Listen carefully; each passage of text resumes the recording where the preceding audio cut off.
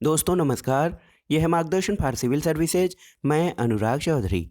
दोस्तों उत्तर प्रदेश लोक सेवा आयोग द्वारा आयोजित जीआईसी प्रवक्ता प्रारंभिक परीक्षा के दृष्टिगत आज की वीडियो में प्रस्तुत है जीआईसी प्रवक्ता परीक्षा 2009 के इतिहास का व्याख्यात्मक हल, जो आपकी आगामी परीक्षाओं के लिए भी बहुत महत्वपूर्ण है। आप इन प्रश्नों को तैयार कर लीजिए। दोस्तों आप जानते हैं कि सामान्य अध्ययन में इतिहास खंड की भूमिका बहुत ही महत्वपूर्ण होती है। इस कारण ये जो वीडियो है आज का, ये जीआईसी प्रवक्ता प्रारंभिक परीक्षा में इतिहास विषय के साथ साथ जीएस के प्रारंभिक परीक्षा में जो 40 प्रश्न पूछे जाएंगे उनके लिए भी अति महत्वपूर्ण है, इसलिए इसको बहुत ध्यान से आप लोग देखिएगा। दोस्तों आप इसका पीडीएफ भी डाउनलोड कर सकते हैं, लिंक मैं डिस्क्रिप्शन बॉक्स में डाल दूंगा। तो आइए शुरू करते हैं आज का वीडियो। पहला प्रश्न है दोस्तों प्राचीन भारत से संबंधित। पहला प्रश्न है कि हैंड एक्स क्लीवर का संबंध किससे है। हैंड एक्स क्लीवर का संबंध किससे है। ऑप्शन है आपके उच्च पुरापाषाण संस्कृति, मध्य पुरापाषाण संस्कृति, निम्न पुरापाषाण संस्कृति और मध्य पाषाण संस्कृति। तो सही उत्तर है आपका निम्न पुरापाषाण संस्कृति से संबंधित है दोस्तों हैंड एक्स क्लीवर। दोस्तों निम्न पूर्व पाषाण काल के जो उपकरण हैं वो मद्रास के समीप व और मदुरै के अत्तिपरक्कम से प्राप्त किए गए थे। ये साधारण पत्थरों के कोर और फलक प्रणाली द्वारा निर्मित किए गए हैं और इसमें क्लीवर और स्क्रेपर आदि उपकरण शामिल हैं। अगला प्रश्न है दोस्तों, एक कथन है ताम्र निधियां आर्यों की कर्तव्य हैं। देखिए बहुत ही महत्वपूर्ण प्रश्न है दोस्तों इतिहास के लिए कि ताम्र निधियां आर्यों की कर्तृत्व हैं। यह कथन किसका है। तो सही उत्तर है एच गेंडर्न। एच गेंडर्न का कथन है कि जो ताम्र निधियां हैं वो आर्यों की कर्तृत्व हैं। अगला प्रश्न है निम्न नौपाषाणिक स्थल से पशु बाड़े का प्रमाण कहाँ मिला है। देखिए तो ये महागढ़ा महादहा दोस्तों, ये महागढ़ा ये स्थान है। यहाँ से नौपाषाणिक स्थल से पशु बाड़े का प्रमाण मिला है। पशु बाड़ा यहाँ पर देखिए जो है महागढ़ा जो है उत्तर प्रदेश के इलाहाबाद जिले की मेजा तहसील के पहाड़ी क्षेत्र में बेलन घाटी के दाहिने तट पर स्थित है। यहाँ से पशुओं को जो बांधा जाता था, मतलब पशुपालन, खेती के साथ पशुपालन का कार्य किया जाता था, यहाँ से पशु बाड़े का प्रमाण भी मिला है। अगला प्रश्न है इनाम गांव प्रमुख पुरास्थल कहाँ, मतलब इनाम गांव प्रमुख पुरास्थल है किस संस्कृति का। तो देखिए कायथा संस्कृति, जोरवे संस्कृति, आहार संस्कृति और रंगपुर संस्कृति। तो सही उत्तर है जोरवे संस्कृति का प्रमुख पुरास्थल इनाम गांव है। तो इनाम गांव दोस्तों महाराष्ट्र में स्थित है। अगला प्रश्न देखते हैं महापाषाण संस्कृति किससे संबंधित है। तांबे से, कांस्य से, पीतल से और लोहा से। तो सही उत्तर है महापाषाण संस्कृति का संबंध लोहा से है और लोहे की खोज लगभग 1000 ईसा पूर्व में अतरंजी खेड़ा से हुई थी। अगला प्रश्न है दोस्तों सूकर संस्कृति एक ऑप्शन है आपकी प्रारंभिक हड़प्पी संस्कृति है, परिपक्व हड़प्पी संस्कृति है, परवर्ती और उपरोक्त में से कोई नहीं। तो झूकर संस्कृति दोस्तों, जो झूकर संस्कृति है ये एक परवर्ती हड़प्पी संस्कृति है और ग्रामीण संस्कृति या परवर्ती संस्कृति को झूकर संस्कृति का नाम दिया गया था, याद रखिएगा। अगला प्रश्न है हड़प्पा संस्कृति के किस स्थल से मध्य नगर का प्रमाण मिला है। तो दोस्तों कालीबंगा, कालीबंगा के से मध्य नगर का प्रमाण मिला है। कालीबंगा में प्राक हड़प्पा के भी साक्ष्य मिले हैं और कालीबंगा से आप जानते हैं कि यहाँ से जूते हुए खेत, जौ और सरसों के प्रमाण भी मिले हैं। तो मध्य नगर का प्रमाण कालीबंगा से हुआ है। अगला प्रश्न है दोस्तों गोदीवाड़ा का साक्ष्य हड़प्पा संस्कृति में किस स्थल से प्राप्त हुआ है। तो बहुत ही आसान है, गोदीवाड़ा का साक्ष्य लोथल से मिला है और गोदीवाड़ा को डाक यार्ड भी कहा जाता है। लोथल जो स्थल है दोस्तों भोगवा नदी के किनारे है और इससे स्पष्ट होता है कि हमारे यहाँ विदेशों से भी व्यापार होता था। देखिए हड़प्पा संस्कृति के किस स्थल से जूते हुए खेत के प्रमाण मिले हैं। तो आप जानते हैं जीएस के लिए भी ये प्रश्न बहुत ही महत्वपूर्ण है, कालीबंगा से जूते हुए खेत के प्रमाण मिले हैं। अगला प्रश्न है सूची 1 का सूची 2 से सुमेलन कराना है। तो सूची 1 का सूची 2 से हड़प्पा, यहाँ पर कर्मचारियों के निवास, लोथल से गोदीबाड़ा, कालीबंगा से जुते हुए खेत और मोहनजोदड़ो से नर्तकी की प्रतिमा प्राप्त हुई थी। तो आप देखिए ऐसे आप सही मिलान कर सकते हैं। सही ऑप्शन हो जाएगा आपका उत्तर डी। अगला प्रश्न है दोस्तों, सिंधु घाटी के आवासीय क्षेत्र में निम्नलिखित में से कौन सा आरोहण क्रम सही है? तो सही आरोहण क्रम है हड़प्पा, मोहनजोदड़ो और धौलावीरा। दोस्तों 1921 में दयाराम साहनी और राखालदास बनर्जी ने सैंधव सभ्यता को प्रकाश में लाने का कार्य किया था और सबसे पहले हड़प्पा नामक स्थल की खुदाई हुई थी। उसके बाद राखालदास बनर्जी ने मोहनजोदड़ो की खुदाई कराया था और अंत में 1990-91 में रविंद्रनाथ बिष्ट ने धौलावीरा की खुदाई कराई। तो ये जो खुदाई का या खोज का क्रम है ये है हड़प्पा, मोहनजोदड़ो, उसके बाद धौलावीरा। अगला प्रश्न है किस पुरा स्थल से मिट्टी के हल का नमूना प्राप्त हुआ है? तो दोस्तों ये स्थल है बनमाली। बनमाली से मिट्टी के हल का नमूना प्राप्त हुआ है और कालीबंगा से जुते हुए खेत और कुछ अन्य के भी साक्ष्य मिले हैं। अगला प्रश्न है दोस्तों, हड़प्पा संस्कृति के विनाश के लिए आर्य आक्रमण के सिद्धांत का प्रतिपादन किसने प्रस्तुत किया? ऑप्शन है आपके सर जॉन मार्शल, आर.पी. चांद, इसके अलावा बी.बी. लाल और वी.के. थापर। तो सही उत्तर है दोस्तों sir John Marshall. John Marshall ने हड़प्पा संस्कृति के विनाश के लिए आर्यों के आक्रमण के सिद्धांत का प्रतिपादन किया है।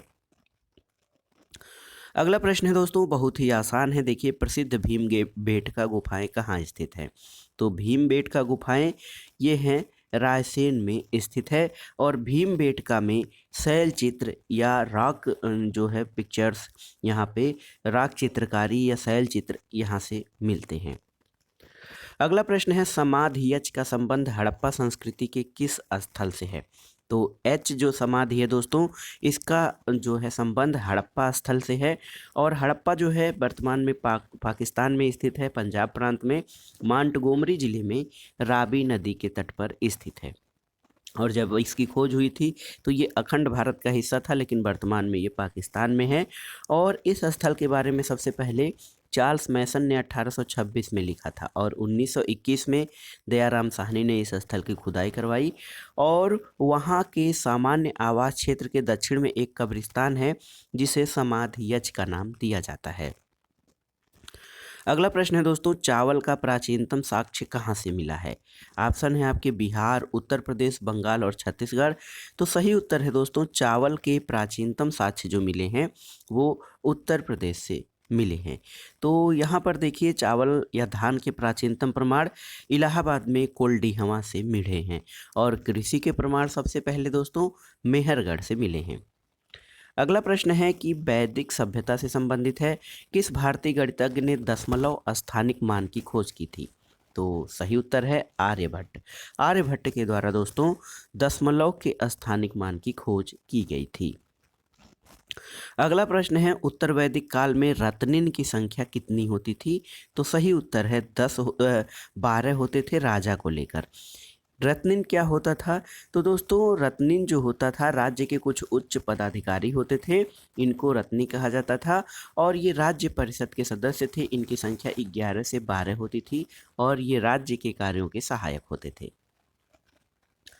अगला प्रश्न है ऋग्वैदिक आर्य किस अनाज से परिचित थे? ऑप्शन है आपके जौ, गेहूं, चावल और किसी से नहीं। तो सही उत्तर है जौ से परिचित थे ऋग्वैदिक आर्य। अगला प्रश्न है 10 राजाओं के युद्ध में भरतों का पुरोहित कौन था? तो देखिए बहुत ही महत्वपूर्ण है दोस्तों, 10 राज्ञन युद्ध हुआ था, 10 राजाओं का युद्ध और ऋग्वेद के 10वें मंडल में 10 राजाओं के युद्ध का वर्णन भी मिलता है। इसका नेतृत्व विश्वामित्र ने किया था, जबकि भरतों का राजा सुदास था और उसके पुरोहित वशिष्ठ थे। तो सही उत्तर है 10 राजाओं के युद्ध में भरतों का पुरोहित वशिष्ठ थे। अगला प्रश्न है दोस्तों ऋग्वेद के किस मंडल में शूद्र का उल्लेख मिलता है? तो सही उत्तर है 10वें मंडल में। आप जानते हैं ऋग्वेद के 10वें मंडल में जो है वो शूद्र शब्द का उल्लेख मिलता है और ब्राह्मण, क्षत्रिय, वैश्य, शूद्र इन सभी वर्णों का उल्लेख जो है वो चौथे वर्ण के रूप में या शूद्र का उल्लेख 10वें मंडल में किया गया है। अगला प्रश्न है दोस्तों, वैदिक काल में किसको जल का देवता माना जाता था? तो सही उत्तर है वरुण। वरुण को वैदिक काल में जल का देवता माना जाता था। देखिए, इंद्र की पूजा जो है भौतिक सुखों के लिए की जाती थी, जैसे इंद्र की पूजा, और सबसे पहले इंद्र की पूजा ही की गई थी। इन्हें देवराज इंद्र भी कहा जाता था और इंद्र वर्षा के देवता थे, जबकि वरुण जल निधि के देवता माने जाते थे। अगला प्रश्न है, प्राचीन भारत में जो विधवा पुनर्विवाह कर लेती थी उसे क्या कहा जाता था? तो उसे कहा जाता था दोस्तों पुनर्भू। यानी ये पुनर्भू या पुनर्भू जिसको कहा जाए, वो विधवा पुनर्विवाह कर लेने वाली स्त्री को कहा जाता था। अगला प्रश्न है दोस्तों, वेदों को कहा जाता है स्मृति, श्रुति, उसके बाद ऑप्शन है आपके वेदांत और वेदांग। तो सही उत्तर है वेदों को श्रुति भी कहा जाता था। अगला प्रश्न है, शतपथ ब्राह्मण का संबंध किस वेद से है? तो यजुर्वेद से संबंधित है शतपथ ब्राह्मण। नचिकेता आख्यान किस उपनिषद में मिलता है? तो दोस्तों नचिकेता आख्यान जो है वो आपका कठोपनिषद में मिलता है। यम नचिकेता संवाद या नचिकेता आख्यान जो है वो कठोपनिषद में वर्णित है। अगला प्रश्न है, स्यादवाद जुड़ा हुआ है किससे? तो स्यादवाद जैन धर्म से जुड़ा हुआ है और स्यादवाद का एक अन्य नाम अनेकांतवाद या सप्तभंगी ज्ञान होता है और इसे दोस्तों सापेक्षता का सिद्धांत कहा जाता है। अगला प्रश्न है, कौन योग सूत्र के रचयिता हैं? तो योग सूत्र के रचयिता महर्षि पातंजलि हैं। अगला प्रश्न है, कपिलवस्तु की पहचान की गई है? तो दोस्तों कपिलवस्तु की पहचान पिपराहवा नामक स्थान के रूप में की गई है और कपिलवस्तु जो है महात्मा बुद्ध से संबंधित है, उनका जन्म स्थान है और उनका जन्म कपिलवस्तु के लुम्बिनी ग्राम में हुआ था। लेकिन कपिलवस्तु का जो इस समय वर्तमान लुम्बिनी ग्राम का जो स्थान है, पहचान है, वो वर्तमान में पिपराहवा के नाम से उसकी पहचान की जाती है। अगला प्रश्न है दोस्तों, हैमवत संप्रदाय एक शाखा थी किसकी? तो हैमवत संप्रदाय जो है याद रखिएगा महासांधिक की एक शाखा थी। महासांधिक और स्थिरवादी जो थे दोस्तों, ये महात्मा बुद्ध के महापरिनिर्वाण के बाद उनके उपासक भिक्षु जो थे दो वर्गों में बट गए थे। एक थे महासांधिक और दूसरे स्थिरवादी। तो महासांधिक जो है इसमें भी कई संप्रदाय बने और हैमवत संप्रदाय महासांधिक की एक शाखा थी। अगला प्रश्न है, देखिए दोबारा दोहरा रहा है, अनेकांतवाद किसका विशेष लक्षण है? तो अनेकांतवाद आप जानते हैं जैन धर्म का विशेष लक्षण है। अगला प्रश्न है, निम्नलिखित बौद्ध ग्रंथों में से किसमें संघ जीवन के नियम प्राप्त होते हैं? तो संघ जीवन के नियम जो हैं वो विनय पिटक में प्राप्त होते हैं। 3 पिटक हैं, विनय पिटक, सुत्त पिटक और अभिधम्ब पिटक, और विनय पिटक में संघ जीवन के नियमों का वर्णन किया गया है। कौन सी महिला आलवार संत थी? तो यहाँ पर याद रखिएगा दोस्तों, देखिए ऑप्शन है आपके पेरुमल, आंडाल, मधुर कवि और तिरुप्पान। तो आंडाल जो थी ये एक महिला अलवार संत थी। अलवार संत जो थे वो वैष्णव होते थे और नैनार संत जो थे वो शैव संत होते थे। अगला प्रश्न है दोस्तों, तिरुवासगम का लेखक संत कौन था? तो सही उत्तर है नैनार। नैनार जो थे ये एक ग्रंथ है तिरुवासगम, इसके लेखक थे। अगला प्रश्न है दोस्तों, बराबर गुफा किससे संबंधित है? तो बराबर गुफा आजीविकों से संबंधित है। अगला प्रश्न है दोस्तों, अशोक के किस अभिलेख में धार्मिक सहिष्णुता के सिद्धांत का प्रतिपादन किया गया है? तो याद रखिएगा 12वें शिलालेख में अशोक के जो है धार्मिक सहिष्णुता का प्रतिपादन किया गया है। वह प्राचीनतम अभिलेख जिसमें अशोक के नाम का उल्लेख है तो ये है मस्की। मस्की के अभिलेख में अशोक का नाम जो है उल्लिखित है और इसी में उसका नाम अशोक कहा गया है। 2 अभिलेख हैं मस्की और गुर्जरा, इनमें उसको अशोक कहा गया है। दक्षिण भारत का कौन सा क्षेत्र अशोक के साम्राज्य का हिस्सा नहीं था? ऑप्शन है आपके तमिलनाडु, कर्नाटक, महाराष्ट्र और आंध्रा। तो सही उत्तर है तमिलनाडु जो है वो अशोक के साम्राज्य का हिस्सा नहीं था। अगला प्रश्न है, श्रावस्ती जो है अधोलिखित किस नदी के किनारे स्थित थी? तो श्रावस्ती अचिरावती नदी के किनारे स्थित थी। और कोसल वर्तमान अवध का क्षेत्र जो है फैजाबाद मंडल, ये प्राचीन काल में कोसल महाजनपद का निर्माण करवाया गया था और कोसल की जो राजधानी थी वो श्रावस्ती थी जो कि अचिरावती नदी के किनारे स्थित थी। अचिरावती का आधुनिक नाम याद रखिएगा दोस्तों, राप्ती है। अगला प्रश्न है, प्राचीन काल में विद्वान ब्राह्मणों को दान में दिए जाने वाले कर मुक्त ग्रामों को क्या कहा जाता था? तो सही उत्तर है अग्रहार कहा जाता था, जो ब्राह्मणों को दान में दिया जाने वाला कर मुक्त गांव होते थे। इससे राजा कोई कर एकत्र नहीं करता था। अगला प्रश्न देखते हैं दोस्तों, प्राचीनतम जल नहर का प्रमाण कहाँ से मिलता है? तो हाथी गुम्फा अभिलेख से प्राचीनतम जल नहर का प्रमाण मिलता है। कलिंग का राजा खारवेल था, जो चेद वंश का शासक था। खारवेल के हाथी गुम्फा अभिलेख का प्राचीनतम जल नहर के प्रमाण उसमें मिलते हैं। अगला प्रश्न है दोस्तों, गंधार शैली का शुभारंभ किसके शासनकाल में हुआ था? तो कुषाण वंश के शासक कनिष्क प्रथम के शासनकाल में गंधार कला शैली का शुभारंभ हुआ था। संगम साहित्य में गंधर्व विवाह के लिए शब्दावली मिलती है। तो दोस्तों, संगम काल में जो गंधर्व विवाह था उसके लिए जो शब्दावली प्रयुक्त की जाती थी वो था पंचनिड़य। पंचनिड़य शब्दावली गंधर्व विवाह के लिए प्रयुक्त होती थी। इसको कहीं कहीं पंचतिड़य भी कहा गया है। पंचतिड़य या निड़य दोस्तों, ये है गंधर्व विवाह के लिए संगम काल में प्रयुक्त शब्दावली। तोलकाप्पियम एक ग्रंथ है, तो याद रखिएगा दोस्तों, तोलकाप्पियम तमिल भाषा के व्याकरण का ग्रंथ है, बहुत ही महत्वपूर्ण है और ये तमिल व्याकरण से संबंधित है। अगला प्रश्न है, कृष्णदेव राय के दरबार में अष्टदिग्गज कौन थे? कृष्णदेव राय के दरबार में अष्टदिग्गज किन्हें कहा जाता था? तो ये थे 8 तेलुगु कवि। अगला प्रश्न है, असलूसीदस महाकाव्य का लेखक कौन था? तो देखिए, बहुत ही महत्वपूर्ण प्रश्न है आपका, और इसमें पूछा है असलूसीदस महाकाव्य के लेखक कामोन्स थे। कामोन्स याद रखिएगा, असलूसीदस। अगला प्रश्न है दोस्तों, गुप्त काल में सार्थवाह को क्या कहा जाता था? तो व्यापारिक कारवां के प्रमुख। जो व्यापारिक कारवां चलते थे उसमें सार्थवाह जो होता था ये उस कारवां का प्रमुख होता था, यानी मुख्य व्यापारी होता था, और ये लोग अपने सामानों का विक्रय दूर दूर तक करते थे। अगला प्रश्न है दोस्तों, किस एक अभिलेख में चंद्रगुप्त मौर्य और अशोक दोनों के नाम का उल्लेख है? तो ये है जूनागढ़ अभिलेख। रुद्रदामन के जूनागढ़ अभिलेख में चंद्रगुप्त मौर्य और अशोक दोनों के नाम मिलते हैं। अगला प्रश्न है दोस्तों, फतहनामा ग्रंथ का संबंध किससे है? देखिए, बहुत ही महत्वपूर्ण प्रश्न है। फतहनामा ग्रंथ जो है वो अरबों की सिंध विजय से संबंधित है। अगला प्रश्न है, दामन ए कोह का आशय क्या है? तो दामन ए कोह जो था ये संथाल बहुल क्षेत्र था। सल्तनत काल में जो था ये दामन ए कोह जो था उस समय अपनी सुविधा के अनुसार विभिन्न क्षेत्रों को अलग अलग नाम से कहते थे। जो संथाल बहुल क्षेत्र था उसमें इसको दामन ए कोह नाम से इंगित किया जाता था।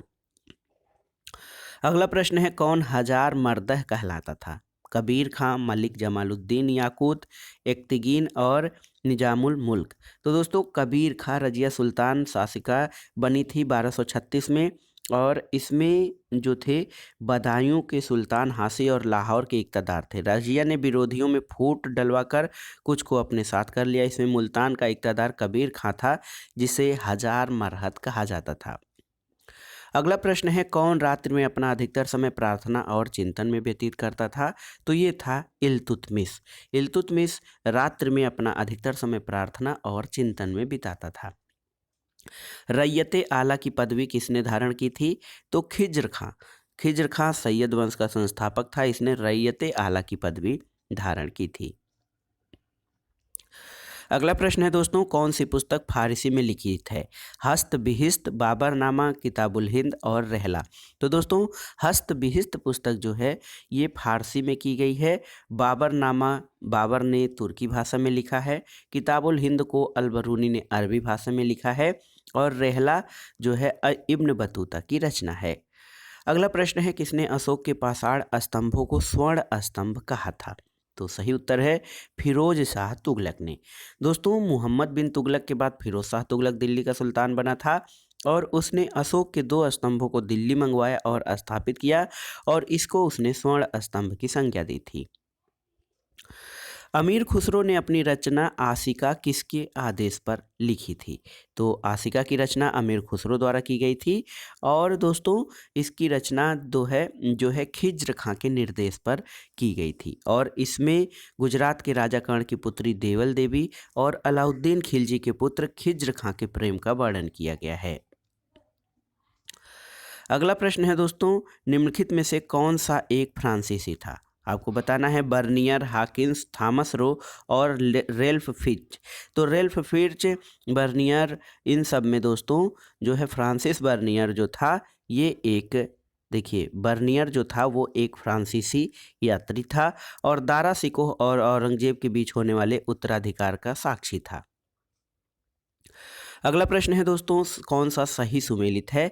बाबर, सिकंदरा।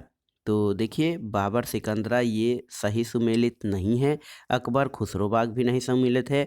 जहांगीर चारबाग और औरंगजेब जो है खुलदाबाद। तो दोस्तों औरंगजेब का जन्म आप जानते हैं 1618 में हुआ था। वह एक धर्मनिष्ठ मुस्लिम शासक था और 3 मार्च 1707 को औरंगाबाद में उसकी मृत्यु हो गई और वहीं के खुलदाबाद नामक स्थान पर उसे दफनाया गया है। तो सही जो सुमेलन है वो है औरंगजेब खुलदाबाद। अगला प्रश्न है, कौन संस्कृत का अच्छा ज्ञाता था? तो सही उत्तर है दोस्तों अलबरूनी। अलबरूनी जो है वो संस्कृत का भी अच्छा ज्ञाता था। अगला प्रश्न है, सूची 1 का सूची 2 से सुमेलन कराना है। देखिए अमीर खुसरो चिश्तिया और देखिए मियाँ मीर कादिरिया सिलसिला, साहउद्दौला ये सोहरावर्दिया सिलसिला और सहीबुल्लाह ये थे नक्शबंदिया सिलसिला से संबंधित। तो इस प्रकार से सही आप मिलान कर सकते हैं। अगला प्रश्न है, किसने एक हाथी और नागौर की गवर्नरी के बदले सिंहासन की अपनी दावेदारी त्याग दी थी? अलाउद्दीन मसूद, किसलू खां, नसीरुद्दीन और जलालुद्दीन।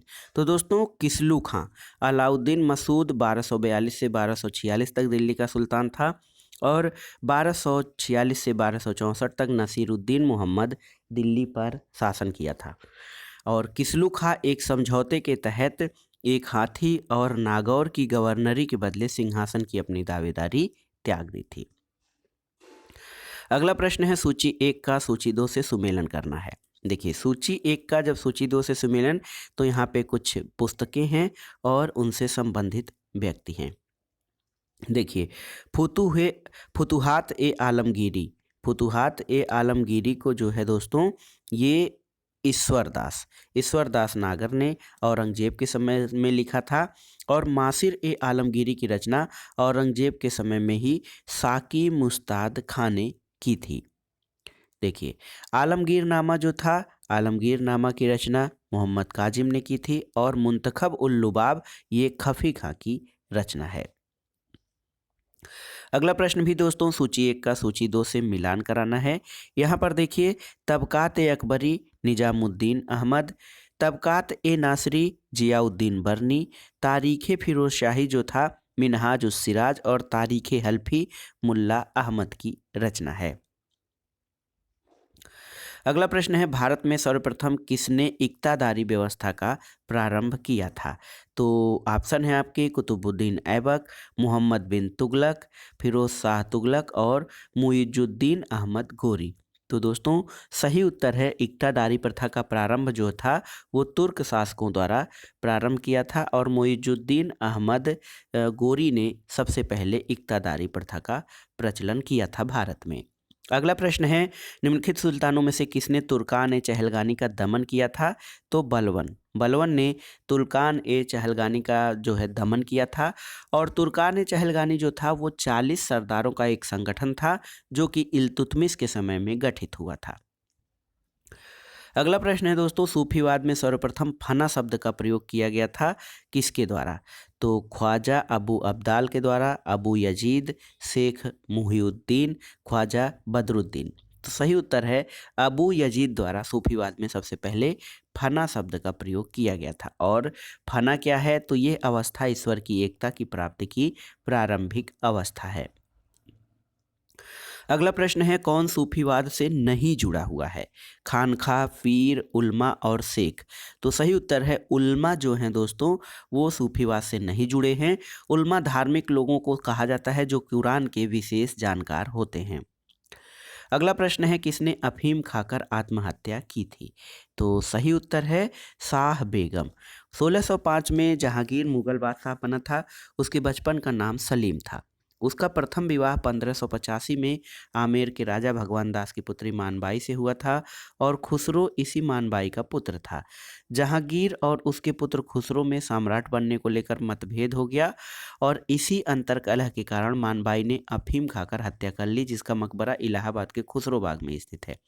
इसी मानबाई को जहांगीर ने दोस्तों शाह बेगम की उपाधि दी थी। तो अफीम खाकर जो मृत्यु का वर्ण किया था उसका नाम था शाह बेगम। अगला प्रश्न है मुगल प्रशासन में कौन दरोगा ए तोपखाना के नाम से जाना जाता था? तो मीर आतिश जो था वो दरोगा ए तोपखाना के नाम से जाना जाता था। शाहजहां ने किस संगीतज्ञ को गुड़ समुद्र की पदवी प्रदान की थी? लाल खां। दोस्तों एक प्रसिद्ध संगीतज्ञ थे लाल खां, उनको शाहजहां ने गुड़ समुद्र की पदवी प्रदान की थी। अगला प्रश्न है तुर्की जनजातियों में कौन शामिल नहीं है? तो देखिए सेल्जुक, गुज, करलुग और संसाबनी। तो इसमें से कौन संसाबनी दोस्तों ये तुर्की जनजातियों में शामिल नहीं है। अगला प्रश्न है अकबर के समय शेख मुबारक द्वारा जारी राजाज्ञा में कौन सा कथन सही नहीं है? तो उलेमा राज्य का आध्यात्मिक प्रमुख है, ये सही नहीं है। जब अकबर द्वारा अकबर के समय में शेख मुबारक द्वारा जारी राजाज्ञा में जो आदेश दिए गए थे उसमें अकबर के द्वारा ये जो वो धार्मिक मामले जो थे उसमें उलेमा को राज्य का आध्यात्मिक प्रमुख नहीं माना गया था और इसके कारण उलेमा के अधिकारों में कटौती हो गई थी। अगला प्रश्न है अकबर के शासनकाल में गोंडवाना अभियान का नायक कौन था? तो गोंडवाना अभियान का नायक आसफ खां था। अगला प्रश्न है दोस्तों कि सुल्तानों में से किसने स्वयं को खलीफा घोषित किया था? तो अपने आप को खलीफा घोषित करने वाला जो था सुल्तान वो मुबारक खिलजी था। तो सही उत्तर है मुबारक खिलजी ने अपने आप को खलीफा घोषित किया था। कौन सा युग्म सही है? यहाँ पर देखिए कौन सा युग्म सही है। तो सही उत्तर है फादर मांसरेट। ये अकबर के दरबार में आया था और उसने अकबर के चरित्र और व्यक्तित्व का विशद विवरण किया है। फादर मांसरेट ने अकबर को शाहजादा मुराद का शिक्षक नियुक्त किया गया था। मांसरेट जो था वो शाहजादा मुराद का शिक्षक नियुक्त किया गया था। मांसरेट एक पुर्तगाली यात्री था। हुमायूं का मकबरा कहाँ स्थित है दोस्तों?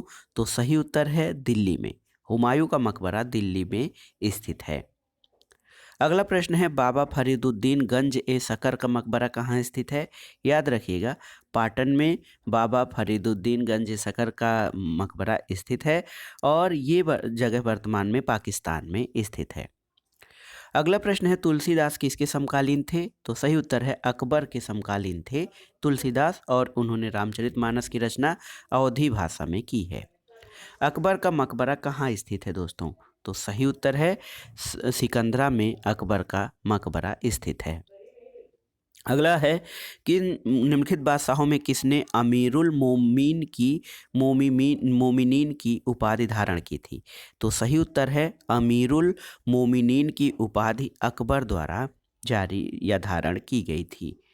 किसने अबुल फजल की हत्या की थी? तो सही उत्तर है वीर देव सिंह बुंदेला। वीर सिंह देव बुंदेला ने अबुल फजल की हत्या कर दी थी और आप जानते हैं कि अबुल फजल अकबर के नौरत्नों में से एक था और जहांगीर जिसको कि ये शंका थी, जहांगीर अकबर का पुत्र था, उसको ये शंका थी कि अबुल फजल उसके खिलाफ अकबर को भड़काता है, इसलिए उसने वीर सिंह देव बुंदेला से उसकी हत्या करवा दी थी। अगला प्रश्न है शिवाजी किसकी राजस्व प्रणाली से प्रेरित थे?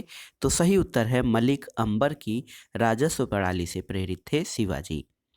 अगला प्रश्न है दोस्तों 1719 में फर्रुखसियर के पदच्युत के पश्चात निम्नलिखित में से किस दरबारी गुट ने सैयद भाइयों की शक्ति को समाप्त कर दिया था? तो तुरानियों ने दोस्तों सैयद भाइयों की शक्ति को समाप्त कर दिया था। अगला प्रश्न देखते हैं, सूची 1 का सूची 2 से मिलान कराना है। देखिए सूची 1 का बीका जी, ये बीकानेर से संबंधित हैं। उसके अलावा होशंग शाह मांडू से संबंधित हैं। देखिए अहमद शाह जो हैं बीदर से, और प्रताप रुद्र ये उड़ीसा से संबंधित हैं। फ़कीर अजीजुद्दीन किसके शासनकाल में विदेश मंत्री थे? बहुत ही महत्वपूर्ण प्रश्न है। फ़कीर अजीजुद्दीन किसके शासनकाल में विदेश मंत्री थे? तो ये है रंजीत सिंह। रंजीत सिंह के शासनकाल में फ़कीर अजीजुद्दीन विदेश मंत्री थे। अगला प्रश्न है दोस्तों, सूची 1 का सूची 2 से सुमेलन कराना है। तो यहाँ पर देखिए सही सुमेलन इस प्रकार से है। 1747 में अहमद शाह अब्दाली का आक्रमण हुआ था। 1708 में गुरु गोविंद सिंह की मृत्यु हुई थी। 1760 में दोस्तों बांडीवास का युद्ध हुआ था, और 1761 में पांडिचेरी का पतन हुआ था। तो ये सही कूट का मिलान हो जाएगा 2, 1, 4, 3, यानी ऑप्शन सी। अगला प्रश्न है दोस्तों, किसने भारत आने के पीछे अपने लक्ष्य को इन शब्दों में व्यक्त किया था कि हम ईसाइयों और मसाले लेने आए हैं? हम ईसाइयों को और मसाले लेने आए हैं, ये वास्को डी गामा का कथन है। वास्को डी गामा 1498 को भारत के केरल राज्य में स्थित कालीकट में जो है उतरा था, और कालीकट के राजा जमोरिन ने उसका स्वागत किया था। उसने भारत आने पर कहा था कि हम ईसाइयों और मसाला लेने आए हैं। अगला प्रश्न है, शाहजादा खुसरो को कहाँ दफनाया गया था? तो सही उत्तर है दोस्तों, इलाहाबाद में शाहजादा खुसरो को दफनाया गया था। अगला प्रश्न है, किसने निजामुल मुल्क को वकीले मुतलक का पद प्रदान किया था?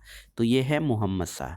जो है मोहम्मद शाह दोस्तों, इसने निजामुल मुल्क को वकीले मुतलक का जो है पद प्रदान किया था। अगला प्रश्न, चंद्रनगर क्या था? तो चंद्रनगर एक ब्रिटिश कॉलोनी थी, फ्रेंच कॉलोनी थी, पुर्तगाली कॉलोनी थी, या उपर्युक्त में से कोई नहीं? तो सही उत्तर है चंद्रनगर एक फ्रेंच कॉलोनी थी। अगला प्रश्न है दोस्तों, बंगाल के किस नवाब ने यूरोपियों की तुलना मधुमक्खियों से की थी? अली वर्दी खां। नवाब अली वर्दी खां ने यूरोपियों की तुलना मधुमक्खियों से की थी, और उसका मानना था कि यदि उन्हें न छेड़ा जाए तो वे शहद देंगी, और छेड़ा जाएगा तो नाक काट काट कर मार डाले जाएंगी। और अली वर्दी खां की यह बात भविष्य में सही हुई। अगला प्रश्न है कि कौन स्वतंत्र अवध राज्य का संस्थापक था? तो सही उत्तर है सआदत खां। सआदत खां या शहादत खां ये स्वतंत्र अवध राज्य का संस्थापक था।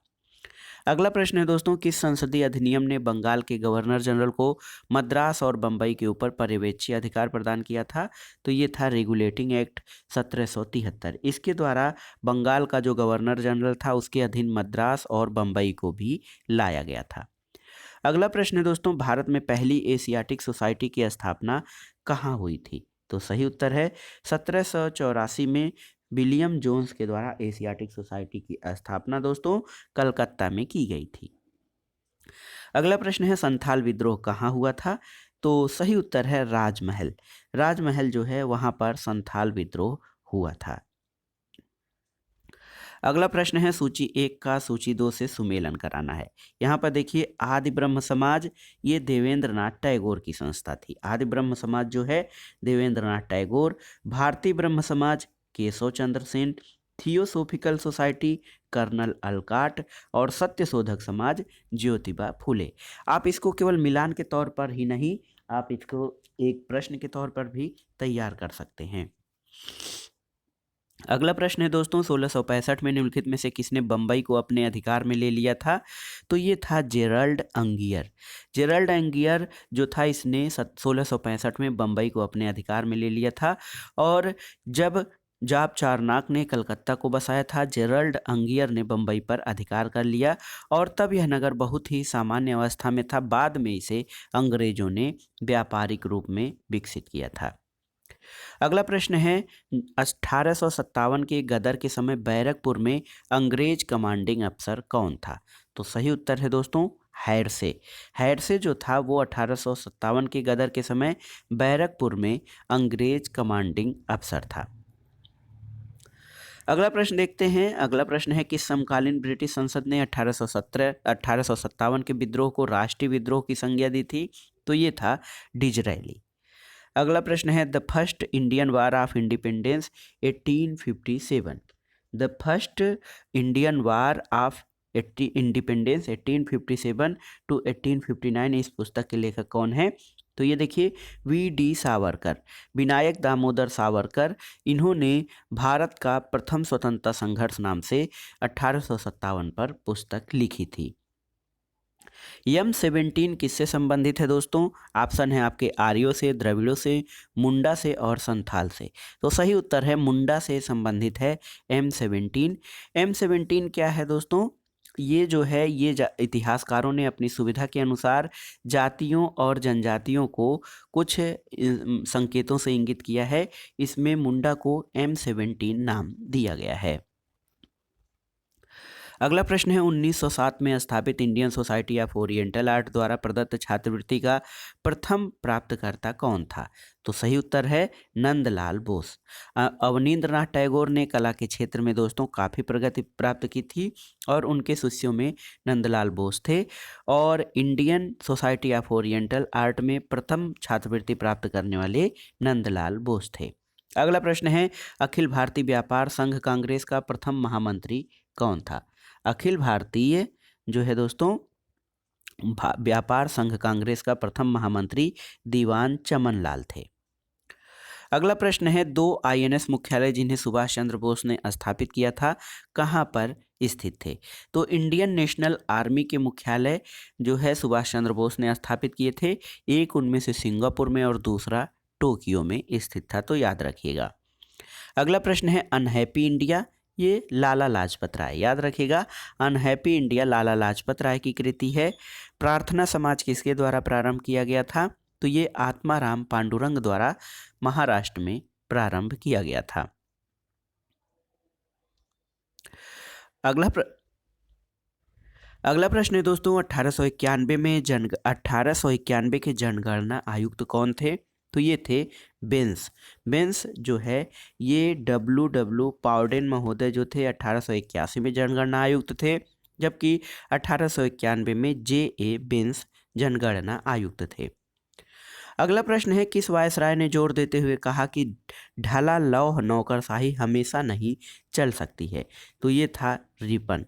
दोस्तों लॉर्ड लिटन के बाद एक सज्जन वायसराय थे लॉर्ड रिपन और वो बहुत अच्छा शासक था।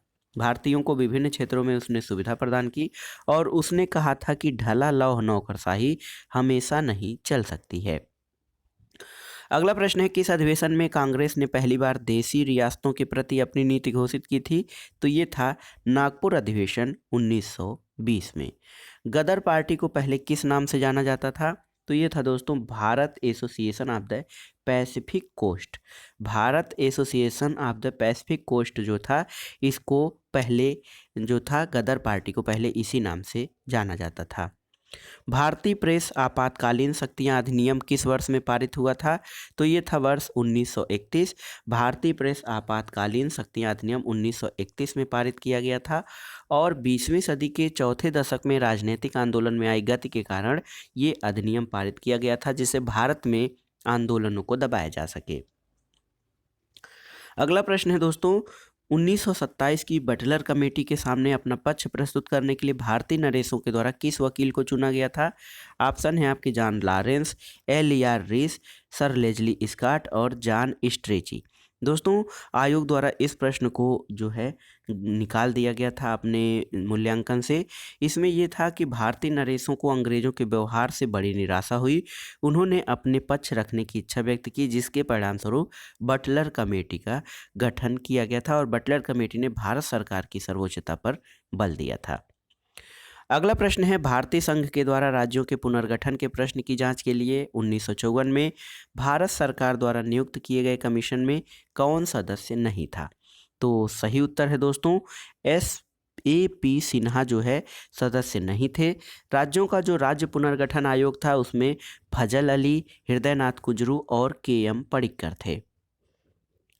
अगला प्रश्न है किसे लॉर्ड कर्जन ने 1901 में पुरातत्व विभाग का डायरेक्टर जनरल नियुक्त किया था? सर जॉन मार्शल को। दोस्तों 1899 में कर्जन भारत का वायसराय बना था और 1901 में पुरातत्व विभाग का पद उसके पद पर जॉन मार्शल को नियुक्त किया गया था। अगला प्रश्न है 1938 में राष्ट्रीय योजना समिति की नियुक्ति किसने की थी? तो सही उत्तर है सुभाष चंद्र बोस द्वारा। दांडी कहाँ स्थित है? गांधी जी से संबंधित प्रसिद्ध दांडी मार्च में दांडी कहाँ स्थित है दोस्तों? तो ये नवसारी जनपद में गुजरात में स्थित है, समुद्र के किनारे। अगला प्रश्न देखते हैं, ये है कागज का प्रचलन भारत में किसने आरंभ किया था? तो सही उत्तर है अरबों ने दोस्तों भारत में कागज का प्रचलन आरंभ किया गया था। और इसके पहले भारत में ताम्रपत्र या भोजपत्र पर जो भी चीज़ें थीं वो लिखी जाती थी। अगला प्रश्न है सूची 1 का सूची 2 से सुमेलन कराना है। देखिए यहाँ पर चरक चिकित्सा से संबंधित हैं, वाराह मिहिर ज्योतिष से संबंधित है, भास्कराचार्य दोस्तों गणित से संबंधित है, इनकी पुस्तक का नाम लीलावती है, और विशाख दत्त नाटक से संबंधित हैं। अगला है आधुनिक मानव होमोसेपियंस किससे संबंधित है? तो सही उत्तर है ब्लेड से संबंधित है, और होम्योसेपियंस का संबंध ब्लेड से है। और भारत के विभिन्न भागों में जो फलक प्रधान पूर्व पाषाण के उपकरण मिलते हैं उन्हें मध्य पूर्व पाषाण काल में रखा गया है, और होमोसेपियंस का संबंध ब्लेड से है। अगला प्रश्न है दोस्तों, और इस वीडियो का आखिरी प्रश्न जो है जीआईसी प्रवक्ता परीक्षा 2009 का, ये जो है 120वां प्रश्न है कि कौन सी पुस्तक अमीर खुसरो द्वारा नहीं लिखी गई थी? ऑप्शन है आपके मजनू लैला, सरीन खुसरो, नूह सिपेहर और मुंतखब उल लुबाब।